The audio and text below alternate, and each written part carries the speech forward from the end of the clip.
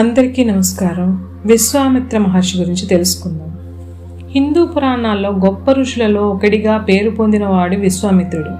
గాయత్రి మంత్రాన్ని సృష్టించి లోకానికి అందించిన మహానుభావుడు విశ్వామిత్రుడు. ఋగ్వేదంలోని 3వ మండలంలో ఎక్కువ భాగం రాసినవాడు విశ్వామిత్రుడు. ఆ భాగంలోనే గాయత్రి మంత్రం ఉన్నది.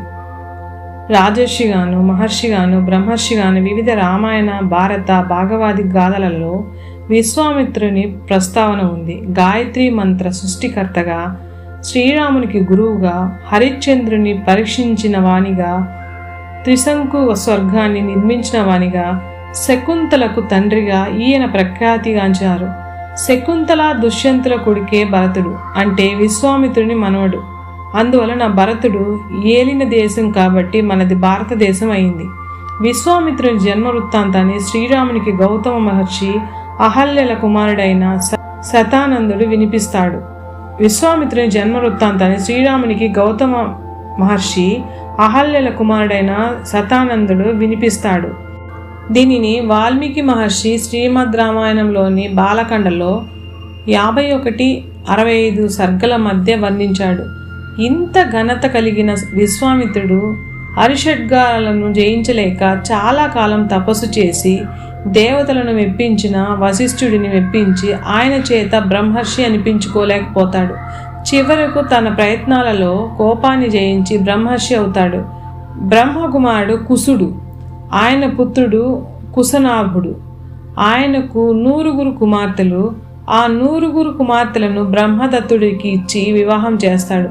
ఆ తర్వాత కుశనాభుడికి పుత్ర సంతానం లేకపోవడం వల్ల పుత్రకామేష్టి యాగం చేస్తాడు. తండ్రి అయిన కుశమహారాజు ప్రత్యక్షమై అత్యంత పరాక్రమం కలిగి కీర్తిని కలిగిన పుత్రుడిగా గాది జన్మిస్తాడు అని వరమిస్తాడు. ఆ విధంగా కుశనాభుడికి జన్మించిన గాది కుమారుడే విశ్వామిత్రుడు. విశ్వామిత్రుడు కుశవంశంలో జన్మించాడు కాబట్టి కౌశికుడు అనే పేరు కూడా ఉంది. విశ్వ శబ్దాన్ని స్త్రీలింగంగా విశ్వ అని పరిగణిస్తే విశ్వ ప్లస్ మిత్రుడు, విశ్వానికి మిత్రుడు అన్న అర్థం వస్తుంది. అలా కాక విశ్వ శబ్దాన్ని పుంలింగంగా పరిగణిస్తే విశ్వ ప్లస్ అమిత్రుడు అనగా విశ్వామిత్రుడు అవుతుంది. ఇది సవర్ణ దీర్ఘ సంధి. ఈ విధంగా తీసుకుంటే విశ్వానికి విశ్వామిత్రుడు శత్రువు అనే అర్థం వస్తుంది. కానీ మహామహుల విషయంలో దుష్టమైన అర్థం తీసుకోరాదు గనక విశ్వానికి మిత్రుడు అనే అర్థంలోనే విశ్వామిత్ర పదాన్ని తీసుకోవాలి. విశ్వామిత్రుడు రాజ్యపాలన చేస్తూ ఒకరోజు ఒక అక్షోహిణి సైన్యంతో వేటకై వెళ్ళి అలసి వశిష్ఠ మహర్షి ఆశ్రయానికి చేరుకుంటాడు.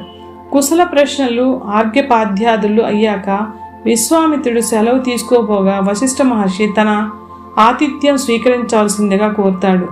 అప్పుడు విశ్వామిత్రుడు, మీ దర్శనం వల్ల ఆర్ఘ్యపాద్యాదుల వల్ల ఇప్పటికీ సంతుష్టుడయ్యాను కాబట్టి సెలవు ఇప్పించవలసింది అని అంటాడు. కానీ వశిష్ఠుడు ఆతిథ్యం తీసుకోమని బలవంత పెట్టడంతో విశ్వామిత్రుడు అంగీకరిస్తాడు. వశిష్ఠుడు తన హోమధేనువు కామధేనువు సంతతికి చెందినది అయిన శబల అనే గోవును పిలిచి మహారాజుకు ఆయన సైన్యానికి వారి వారి ఇచ్ఛానుసారం పదార్థాలు తయారు చేసి విందు చేయమంటాడు. వశిష్ఠుని ఆజ్ఞ మేరకు శబల సైనికుల ఇష్టాలను గ్రహించి ఆ మేరకు వారికి నచ్చిన పదార్థాలు సృష్టించి అతిథి సత్కారాలు చేస్తుంది. ఆశ్చర్యచకితుడైన విశ్వామిత్రుడు ఆ శబలను తనకి ఇచ్చి 1,00,000 గోవులను దానంగా స్వీకరించమంటాడు. 1,00,000 గోవులు ఇచ్చిన శబలని ఇవ్వడానికి వశిష్ఠుడు అంగీకరించాడు. దానితో విశ్వామిత్రుడు కోపించి, నేను రాజును, రత్నం లాంటి ఈ గోవు నా వద్దే ఉండాలి అంటాడు. అప్పుడు వశిష్ఠుడు శబల వలనే ఆశ్రమంలో హవ్యం అనగా అవిస్సులు, కవ్యం అనగా పితృకార్యాలు జరుగుతున్నాయి. అసలు ఈ గోవు వల్లే ప్రాణయాత్ర నడుస్తుంది అన్నాడు. 14,000 ఏనుగులు, 8 బంగారు రథాలు, 11 గుర్రాలు, 1,000,000 గోవులు, బంగారం వెండి బదులుగా ఇస్తాను, శబలను ఇమ్మంటాడు విశ్వామిత్రుడు. వాటిని కూడా వశిష్ఠుడు నిరాకరించి మౌనం పాటిస్తాడు. ఆ మహారాజు కోపించి శబలను రాజ్యానికి తోలుకొని పొమ్మని తన సైన్యానికి ఆజ్ఞాయిస్తాడు. అప్పుడు విశ్వామిత్రుడి సైన్యం శబల మెడలో గొలుసు వేసి తోలుకొని పోతుండగా శబల ఏడుస్తూ వశిష్ఠ మహర్షిని ఈ విధంగా ప్రశ్నిస్తుంది, నేనేమైనా లోపం చేశానా? నన్ను పరిత్యజిస్తున్నారు. మీరు నన్ను రక్షిస్తారా లేక నన్ను నేను రక్షించుకోమంటారా? వశిష్ఠ మహర్షి దానికి అంగీకారాన్ని తెలుపుతాడు. అప్పుడు సభల ఒక హుంకారం అనగా అంబానాదం చేసి వెంటనే శూలాయుధులైన పహల్లవులు అనే యువనులకు జన్మనిచ్చి వారి ద్వారా విశ్వామిత్రుడి సైన్యాన్ని నాశనం చేస్తుంది. అది చూసి క్రోధ పరశురైన విశ్వామిత్రుడు అనేక శస్త్రాస్త్రాలతో ప్రహల్లవులను సంహరిస్తాడు. దానికి క్రుద్ధ అయిన సభల తన శరీరం నుంచి కాంబోజ వంశీయులను, పొదుగు నుండి ప్రహల్లవులను, యోని స్థానం నుండి యువనులను, గోమయం వచ్చే స్థానం నుండి శకులను, రోమకూపాల నుండి హరీకులను, కిరాతకులను పుట్టించగా వారు విశ్వామిత్రుని సైన్యాన్ని పూర్తిగా నాశనం చేస్తారు. అది చూసిన విశ్వామిత్రుడి 100 కుమారులు వశిష్ఠ మహర్షిని చంపేందుకు వెళ్తారు. వశిష్ఠ మహర్షి ఒక హుంకారం చేయడంతో 100 భస్మాసురులై పడిపోతారు. అది చూసిన విశ్వామిత్రుడు విచారించి తన దగ్గర ఉన్న శక్తులతో వశిష్ఠుని గెలవజాలనని తెలిసి రాజ్యానికి తిరిగి వెళ్ళి మిగిలిన కుమారుడికి రాజ్యాన్ని అప్పగించి హిమాలయాలకు వెళ్ళి పరమశివుడిని తీవ్రమైన తపస్సు చేస్తాడు. విశ్వామిత్రుడు ఘోర తపస్సుకు మెచ్చి శివుడు ప్రత్యక్షమవగా ధనుర్వేదంలోని సర్వరహస్యాలు సాంగోపంగంగా ఇప్పటికిప్పుడు బోధించమని విశ్వామిత్రుడు కోరుతాడు. శివుడు తదాస్తు అని దీవిస్తాడు. ఆ వరాన్ని పొందిన వెంటనే విశ్వామిత్రుడు పౌర్ణమి నాడు సముద్రం పోటెత్తినట్లుగా ఉత్సాహంతో ఉప్పొంగి వశిష్ఠ మహర్షి ఆశ్రయానికి వెళ్తాడు. తాను నేర్చిన అస్త్రాలను ఆశ్రమంపై ప్రయోగించగా ఆశ్రమవాసులు కకావికలై ప్రాణభయంతో పరుగులు తీస్తారు. విశ్వామిత్రుడు వశిష్ఠుడిపై ఆగ్నేయాస్త్రాన్ని ప్రయోగిస్తాడు. అప్పుడు వశిష్ఠుడు తన బ్రహ్మదండమును అడ్డు పెడితే ఆ ఆగ్నేయాస్త్రము బ్రహ్మదండంలోకి చేరిపోతుంది. విశ్వామిత్రుడికి కోపం వచ్చి తనకు వచ్చిన అస్త్రాలు వరుసగా ఒకదాని వెంట మరొకటి ప్రయోగిస్తాడు. చివరకు బ్రహ్మాస్త్రాన్ని సంధించి వశిష్ఠుడి మీద ప్రయోగిస్తాడు. అప్పుడు బ్రహ్మాస్త్రం కూడా వశిష్ఠుడి బ్రహ్మదండంలోకి చేరిపోతుంది. అది చూసిన విశ్వామిత్రుడు చింతించి బ్రహ్మ బలాన్ని క్షత్రియ బలంతో జయించడం జరగదని భావించి తాను కూడా బ్రహ్మర్షి కావాలని భావిస్తాడు. భార్య సమేతంగా దక్షిణ తీరానికి వెళ్ళి బ్రహ్మ గురించి 1000 సంవత్సరాల పాటు ఘోర తపస్సు చేస్తాడు. ఆ సమయంలోనే విశ్వామిత్రుడికి హనిషేంద్రుడు, ముదుస్సందుడు, దృఢనేత్రుడు, మహారథుడు అనే 4 కుమారులు జన్మిస్తారు. చతుర్ముఖ బ్రహ్మ ఆ తపస్సుతో ప్రీతి చెంది విశ్వామిత్ర నువ్వు రాజర్షివి అయ్యావు అని దీవించి అంతర్ధానమవుతాడు. విశ్వామిత్రుడు దానితో సంతృప్తి చెందక ఎప్పటికీ నేను బ్రహ్మర్షిని అవుతాను అని చింతిస్తాడు. ఇక్ష్వాకు వంశానికి చెందిన త్రిశంకుడు అనే మహారాజుకు తన పూర్వ వంశీకుల వలె కాక తాను సశరీరంగా స్వర్గానికి చేరుకోవాలనే కోరిక పుడుతుంది. కులగురువులైన వశిష్ఠుడికి తన కోరిక విన్నవిస్తాడు. బొందితో స్వర్గానికి వెళ్ళడానికి తన చేత ఏదైనా యాగం చేయించమని కోరగా అది కూడని పని, ధర్మశాస్త్ర విరుద్ధమని వశిష్ఠుడు వారిస్తాడు. అంతటా వశిష్ఠుని 100 కొడుకుల వద్దకు వెళ్ళి తన కోరికను ప్రకటిస్తాడు. వారు కూడా నిరాకరించడం, సశరీరంగా స్వర్గానికి వెళ్ళ కూడని పని అని వశిష్ఠుని కుమారులు కూడా బోధిస్తారు. మీ వల్ల ఆ కార్యం కాకపోతే నేనే వేరే గురువుని చూసుకుంటాను అని త్రిశంకుడు వశిష్ఠునికి కుమారులతో అంటాడు. ఆ మాట విన్న వశిష్ఠ కుమారులు కోపించి చండాలుడివి కమ్మని త్రిశంకుని శపిస్తారు. చండాలుడిగా మారిన త్రిశంకుడు దేశదిమ్మరిలా తిరుగుతూ దక్షిణ తీరంలో తపస్సు ముగించుకొని విశ్వామిత్రుడి కంటపడి తన వృత్తాంతమంతా విశదీకరిస్తాడు. విశ్వామిత్రుడు వశిష్ఠుడు చేయలేని పనిని తాను చేయాలని కోరికతో త్రిశంకుడికి అభయం ఇచ్చి తాను యాగం నిర్వహించి త్రిశంకుడిని సశరీరంగా చండాలావతారంతో స్వర్గానికి పంపుతానని చెబుతాడు. విశ్వామిత్రుడు తన కుమారులను పిలిచి సమస్త భూలోకంలో ఉన్న బ్రాహ్మణులను యజ్ఞానికి ఆహ్వానించమంటాడు. వశిష్ఠ కుమారులు మహోదయుడు అనే బ్రాహ్మణుడు యజ్ఞానికి రమ్మన్నారని, యజ్ఞంలో చండాలుడు హవిస్సులు ఇస్తే దేవతలు తీసుకోరని అన్నారని విశ్వామిత్రుని కుమారులు తండ్రికి విన్నవిస్తారు. ఇది విన్న విశ్వామిత్రుడు క్రోధావేశంతో వశిష్ఠుడి 100 కుమారులను భస్మరాశి అవుతారని, 700 జన్మలు శవమాంసాన్ని తింటూ బతుకుతారని, ఆ తర్వాత ముష్టికులుగా పుట్టి కుక్క మాంసం తింటూ బ్రతుకుతారని శపిస్తాడు. మహోదయుడు నిషాదుడిగా హీనమైన బతుకుతాడని కూడా శపిస్తాడు. యాగంలో హవిస్సులు సమర్పిస్తుంటే హవిస్సులు తీసుకోవడానికి దేవతలు రారు. అది గమనించిన విశ్వామిత్రుడు తన తపోశక్తితో త్రిశంకుడి సశరీరంగా స్వర్గానికి పంపుతాడు.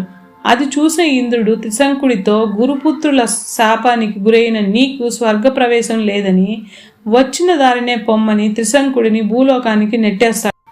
అలా నెట్టివేయబడ్డ త్రిశంకుడు తలక్రిందులుగా పడిపోతూ విశ్వామిత్ర రక్షించు అని ఆర్తనాదం చేస్తాడు. అప్పుడు విశ్వామిత్రుడు త్రిశంకుడిని మార్గమధ్యంలో ఆపి బ్రహ్మ సృష్టికి ప్రతిసృష్టి అనగా స్వర్గాన్ని, నక్షత్ర మండలాన్ని చేయనారంభిస్తాడు. దీనిని గమనించిన దేవతలు విశ్వామిత్రుడితో బ్రహ్మ సృష్టికి ప్రతిసృష్టి చేయడం తగదని వారిస్తారు. వారి అభ్యర్థన మేరకు త్రిశంకుడు ఉండే స్వర్గాన్ని, నక్షత్ర మండలానికి ఆవల సృష్టించి త్రిశంకుడు తలక్రిందులుగా ఆ త్రిశంకు స్వర్గంలో ఉండేటట్లు ఏర్పాటు చేస్తాడు. పశ్చిమ తీరంలోని పుష్కర క్షేత్రంలో తపస్సు మొదలు పెట్టబోతాడు. ఆ సమయంలో మేనక పుష్కర క్షేత్రంలో స్నానం చేయడానికి వస్తుంది. మేనకను చూసి కాముకుడై విశ్వామిత్రుడు మేనకతో రమించడం ప్రారంభిస్తాడు. 1-2 రోజులలో రతిక్రీడ మృగించి తపస్సు ప్రారంభిద్దాం అనుకుంటాడు. కానీ అది 10 సంవత్సరాలకు చేరుకుంటుంది. అలా ఉండగా ఒకరోజు విశ్వామిత్రుడికి 10 సంవత్సరాలు అయిపోయాయి అని స్ఫురణలోకి వస్తుంది. ఇది దేవతల పని అని గ్రహించి కామక్రోధాలకు వసుడైపోయాను అని భావించి పశ్చిమ తీరం నుండి మరలా బయలుదేరి ఉత్తరాన హిమాలయాలకు చేరుకుంటాడు. మేనక తనకు విశ్వామిత్రుడికి జన్మించిన ఆడబిడ్డను మేనక అక్కడే విడిచి వెళ్ళిపోతుంది. అప్పుడు ఆ బిడ్డను పక్షులు తన రెక్కల సహాయంతో నీడ కల్పించి రక్షిస్తాయి. ఆ మార్గంలో శిష్యులతో వెళుతున్న కణ్వ మహర్షి ఆ బాలికను చూసి తన ఆశ్రయాన్ని తీసుకుని వెళ్ళి పెంచుతాడు. కణ్వుడు ఆ బిడ్డకు శకుంతల అని నామకరణం చేసి పెంచి పెద్ద చేస్తాడు. శకుంతల దుష్యంతుల వివాహం చేసుకుని తర్వాత భరతునికి జన్మనిస్తుంది. ఈ భరతుని పేరు మీదగానే భారతదేశానికి భరతఖండం అని పేరు వచ్చిందని ప్రతీతి. 1000 సంవత్సరాల తపస్సు చేస్తే ఆ తపస్సుకు ప్రీతి చెంది చతుర్ముఖ బ్రహ్మ వచ్చి విశ్వామిత్ర, నీ తపస్సుకి మెచ్చాను, నువ్వు మహర్షివి అయ్యావు అని అంటాడు. విశ్వామిత్రుడు బాధపడక ఆనందించక బ్రహ్మతో తాను జితేంద్రియుడిని అయ్యానా అని ప్రశ్నిస్తాడు. దానికి సమాధానంగా బ్రహ్మ, ఇంకా జితేంద్రుడివి కాలేదు, ఇంకా తపస్సు చేయవలసి ఉందని చెప్పి అంతర్ధానం అవుతాడు. మళ్ళీ ఘోరాతి ఘోరమైన తపస్సు చేయడం ఆరంభిస్తాడు. చేస్తున్న తపస్సుకు ఇంద్రుడు కంగారు పడి పరీక్ష కోసం రంభను విశ్వామిత్రుడి వద్దకు పంపిస్తాడు. రంభ సంకోచిస్తుంటే ఇంద్రుడు తాను, వసంతుడు, మన్మధుడు ఆమె వెంట వస్తామని చెబుతారు. రంభ విశ్వామిత్రుడి ఆశ్రమానికి చేరుకోగా ఆశ్రమం అంతా వసంత ఋతువులా మారిపోతుంది. ఆశ్రమం అంతా వసంత ఋతువులా మారిపోవడంతో విశ్వామిత్రుడికి సందేహం వచ్చి ఇది అంతా ఇంద్రుడి మాయ అని గ్రహించి రంభ తనను ప్రలోభ పెట్టడానికి వచ్చినట్లు గ్రహించి ఆమె 10,000 సంవత్సరాలు పాషాణ రూపంగా మారిపోయేటట్లు శపిస్తాడు. ఆ తరువాత క్రోధవశుడైనాను అని భావించి రంభతో బ్రహ్మోత్తముడు ఆవిడను ఉద్ధరించగలడు అని శాప విమోచనం చెప్పి తూర్పు తీరానికి తపస్సు చేసుకోవడానికి వెళ్ళిపోతాడు. విశ్వామిత్రుడు తూర్పు దిక్కుకు వెళ్ళి మౌనంతో కామక్రోధాలను నిగ్రహిస్తూ బ్రహ్మాండమైన తపస్సు చేయడం ప్రారంభించి 1000 సంవత్సరాల తపస్సు చేస్తే శరీరం కాష్టం కింద అనగా ఒక పుల్లలా మారిపోయి ఆ కాష్టాన్ని నిలబెట్టుకోవడం కోసం ఒకరోజు ఇంత అన్నం తినడం కోసం కూర్చుండగా ఇంద్రుడు బ్రాహ్మణ రూపంలో వచ్చి భిక్ష అడుగుతాడు. విశ్వామిత్రుడు అది గ్రహించి ఇంద్రుడికి తాను తినబోయే అన్నాన్ని అనగా కబలం ఇచ్చేస్తాడు. మళ్ళీ కుంభకం అనే తపస్సు చేయనారంభిస్తాడు. అప్పుడు ఆయన బ్రహ్మస్థానం నుంచి పొగ వచ్చి లోకాలను కప్పివేయడం ప్రారంభిస్తుంది. అప్పుడు బ్రహ్మాది దేవతలు వచ్చి కౌశిక బ్రహ్మర్షి అని పిలిస్తే సంతోషించి బ్రహ్మను ఒక కోరిక కోరుతాడు. వశిష్ఠుని చేత బ్రహ్మర్షి అని పిలిపించుకోవాలని ఉంది అంటాడు. అప్పుడు దేవతలు వశిష్ఠుడి వద్దకు వెళ్ళి విశ్వామిత్రుడి మనోగతాన్ని వ్యక్తం చేస్తారు. వశిష్ఠుడు చీదరించుకోవడం జరిగింది.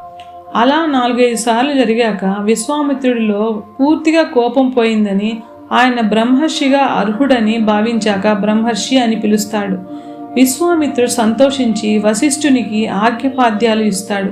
ఆ విధంగా విశ్వామిత్రుడు బ్రహ్మర్షి అవుతాడు. హిందూ వర్ణ వ్యవస్థలో విశ్వామిత్ర, కౌశిక గోత్రాలకు చెందినవారు విశ్వామిత్రుడు తన వంశానికి ఆది పురుషుడిగా భావిస్తారు. విశ్వామిత్ర గోత్రజులు బ్రహ్మర్షి విశ్వామిత్రుడు తమ మూల పురుషునిగా భావిస్తారు.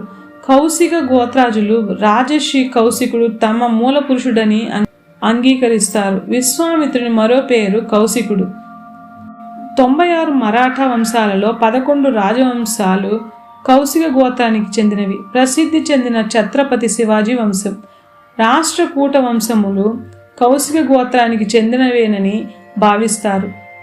మరాఠా వంశాలలో 2 వంశాలు విశ్వామిత్ర గోత్రానికి చెందినవి. ఆ విధంగా విశ్వామిత్రుడు తన కోపాన్ని తగ్గించుకొని వశిష్ఠునిచే బ్రహ్మర్షి అనిపించుకుంటాడు. ఇదండి ఈరోజు తెలుసుకున్న విషయాలు.